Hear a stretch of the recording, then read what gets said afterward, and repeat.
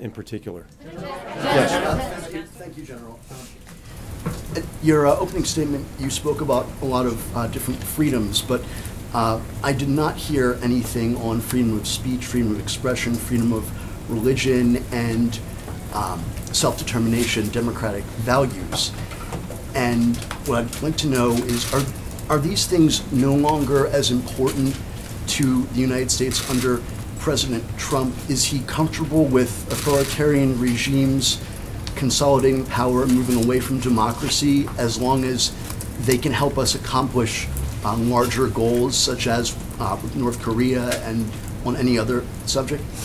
So what you'll hear is the president, when he talks about sovereignty, talking about the sovereign nations protecting the rights of their citizens.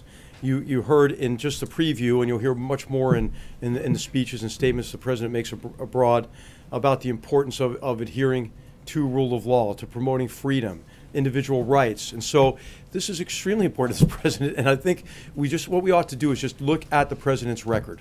Okay, so in Syria, you have a regime that is a big human rights offender, obviously, in a number of areas.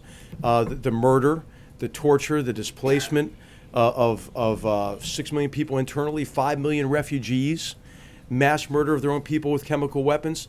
Who stood up against Assad to prevent even further murder of chemical weapons? Yes, the president did. I mean, if you look at the policy toward Venezuela, a regime that is consolidating its grip on power and denying their citizens their rights.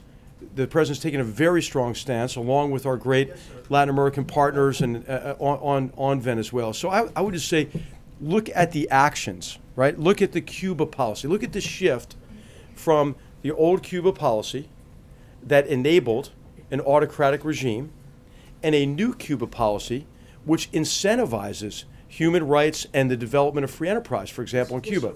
I've asked you actually in this room several times, because I'll bring it up again because you mentioned Venezuela, that the president and this administration has on many occasions condemned what's going on in Venezuela, but has not done the same thing with other leaders in the Philippines and in Turkey and also in Russia. The president seems to have no problem with some authoritarian regimes, but problems with others. And I'll ask you one more time, why is Venezuela different from Turkey or Russia or the Philippines? Well, I think what the president's focused on is being effective in advancing and protecting human rights and advancing the rule of law. You've seen him do that in his relationship with we've seen him do it quietly in every relationship. And so how much does it help to yell about these problems?